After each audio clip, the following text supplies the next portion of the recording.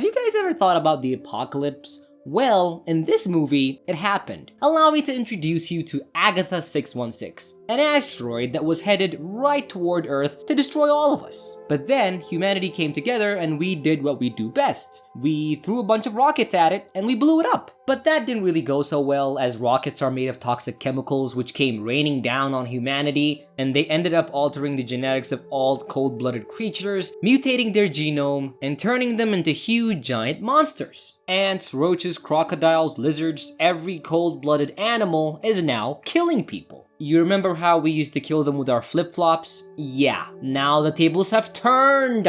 And that was my very brief intro into how the world ended on our movie, and we start our movie by diving deep into the life of our protagonist, Joel Dawson. After about 95% of the entire world population died due to these now giant insects, whatever was left of humanity survived by forming colonies and living underground. And our protagonist Joel lives in one of these underground bunkers with his colony. His colony's pretty cool, they all love each other, maybe a little too much as all of them are couples, and Joe is the only single person there. Joel's only responsibility in the colony is cooking and milking Gertie, the cow. He's basically the chef of the colony, and he makes a mean minestrone. And one ordinary day inside the bunker, something reaches their perimeter, and the best hunters from Joel's colony go to check it out. Joel also wanted to come with, but they let him know that he's not the most courageous person in the face of danger, and he stays behind with the others. But as they were tracking their team, they see on their radar one of them getting attacked. And Joel, out of nowhere, decides to leave the bunker to go help. But when facing a giant mutated ant devouring his friend, we learn something else about Joel. You see, he has a bit of a freezing problem. In the face of danger, when Joel is really scared, he just can't get himself to move. But before the ant devours Joel cause he wasn't moving or shooting it, members of his colony get there in time and they kill the ant for him. And that night, Joel contacts his girlfriend, whom he hasn't seen in 7 years, over the radio. But after they talk a little, the radio breaks down, and Joel makes the most important decision of his life. He decides to travel 85 miles for 7 days on foot on the surface to go see his girlfriend Amy and her colony. Joe's colony wasn't really okay with letting him go, especially because he's the weakest member of their colony. But after they find out that he means business, they give him a few hugs and a map, and they let him go. And on his way to his girlfriend, Joel encounters a very big toad, or frog. I really don't know which one this is, but it tries to kill him. But fortunately for him, a very adorable and amazing brave dog saves Joel, and he manages to make it out alive. The dog, whose name is Boy, not only saves Joel, but takes him to his hideout. And after Joel gets to the hideout, which seems relatively safe, he discovers that the dog's previous owner, which happens to be a very nice lady, set up this hideout, but she's no longer alive. And since Joel was pretty tired from that toad or frog that tried to kill him, he decides to crash there for the night. In the morning, he decides to continue his journey, but he doesn't do it alone, as the dog, Boy, wants to join him. And Boy also decides to bring his previous owner's dress with him. Pretty cute, because it's a cute dog. God, I love dogs. Anyways, as Joel was taking notes about his experiences and walking his way to his girlfriend, he falls inside this very big hole, and before a bunch of insects killed him, this old man and a little girl come to his rescue. And these guys, Menno and Clyde, are more organized and seem to know their way around. They teach Joel how to use his weapons, how to track, how to hunt, how to scout ahead and scan the area for potentially giant insects, and since they were kind of headed toward the same way, they had a lot of time together, and Joel learned a lot from them. But after they cover a lot of distance together, they had to head north to this place on the mountains, and he had to head west to his girlfriend. As he was heading west with his trusty dog Boy, they encounter a very big centipede. And the centipede apparently wanted to eat Boy and not Joel, and as the centipede gets Joel out of his way by snapping him into the air and throwing him on the ground, we see a flashback of the incident when Joel lost his parents. And from the flashback, we see that this was the first time Joel froze as everything around him was in chaos as he was terrified to death. But this time wasn't going to be like any of those last times when Joel was completely powerless and couldn't do anything as he was paralyzed with fear. No, this time Joel gets up and he actually saves Boy. He shoots the centipede twice with his crossbow and kills it, and he manages to pay back the favor to his dog that saved his life before. They walk for a while, but during nighttime it starts to rain, and Joel and Boy take shelter inside this abandoned house. And in the house, Joel finds a Mavis robot. They were gonna be this huge big thing before the disaster hit and the world, ended. And since this robot had about 51 minutes of power, Joel starts to interact with it. The robot also lets Joel connect its radio to it, which Joel uses to contact Amy. And before the robot started to run out of power and the radio connection cut, Amy was telling Joel about how this crew found her colony and they're helping her out. A few moments later, the robot Mavis also runs out of power, but not before it does a web search for Joel's family and shows him a picture of his mom. And Joel, seeing that he never had the time in the past to say goodbye to his mom, finally does so and gets closure about her death with Mavis's help.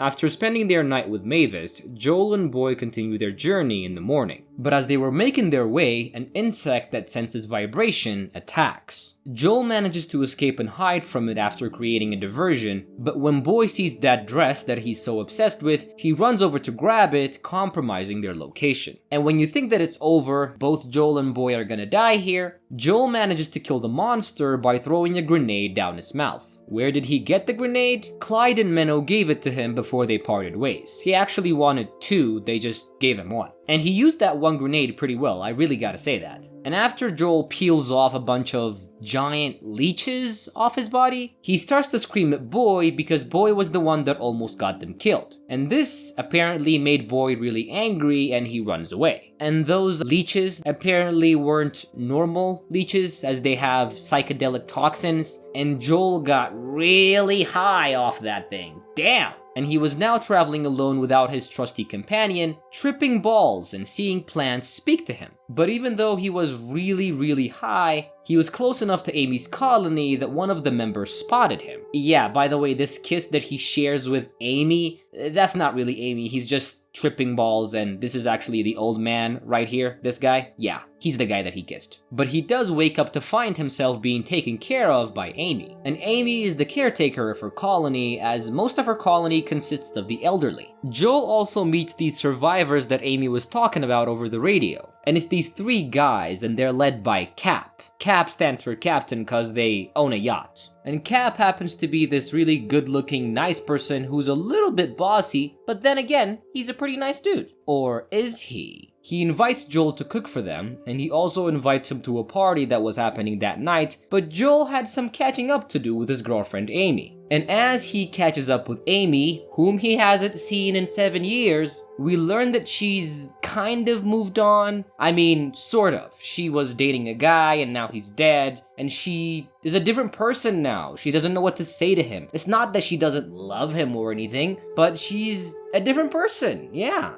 And Joel is pretty devastated to hear that Amy's not really in a place to be committed to anything right now, and late at night as the group assembles and talks about their plan, Joel hears Cap's plan, and the plan is to take everybody on the yacht, since there's apparently no danger in the water, but the surface, as we've seen, is crawling with danger. Joel's idea was to actually stay on the surface, cause if he survived for 7 days, he thinks that anybody can survive. But he doesn't really have a plan, and Cap does. And hours later that night, Joel contacts his colony back home, and they're really excited to hear from him. You know, cause they all thought that he died. Yeah. And they also tell him that things are not really good as there have been multiple breaches on their bunker and they don't think they can stay there any longer. But before Joel gets any more information, the radio cuts. Then someone from the group brings him dinner that was sent to him apparently by Cap. But the dinner that was brought to him was actually poisonous berries. Now, why would Cap want to poison Joel? Now that's a very interesting question. And that's the very same question that Joel wanted to find answers to, and as he heads to Amy to tell her what happened, Amy was very drunk as the party was happening. You remember the party that I told you about that was happening that he got invited to? Yeah, that party. And everybody was super drunk to a point where they all pass out.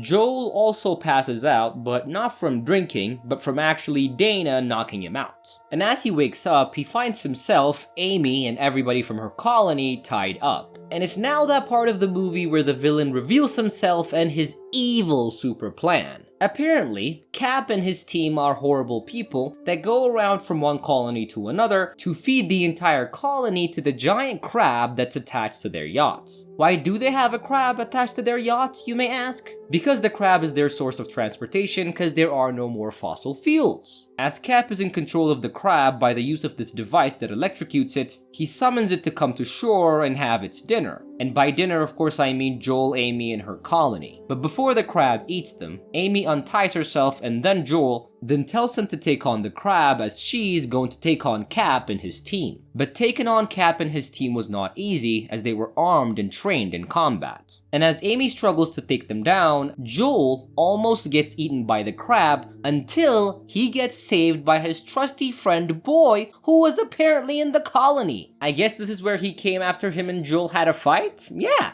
But even with Boy's help, Joel gets overpowered by the crab. And just as the crab almost ate him, Amy hands Joel a grenade launcher, but Joel looks into the crab's eyes and decides to do something a little unorthodox. He decides to fire on the chain that ties the crab to the yacht. And now since the chain is broken, Cap no longer has control over the crab and cannot electrocute it. And do you know who the crab goes after Joel gives it its freedom? That would be Cap and the crew who were waiting on the yacht until the crab devoured the entire colony. But they ended up being the ones that it devoured. And as the movie ends, we see that Joel and Amy are now back together and he heads over back to his colony to save them. And we hear a voiceover of him leaving a message on the radio to all the colonies in the country, telling them to stop hiding and come to the surface to form a society. And that is where our movie comes to an end. I hope you guys enjoyed this recap. Make sure to leave a like, leave a comment, subscribe to my channel. I love you guys so much and I promise to see you on my next recap. Bye.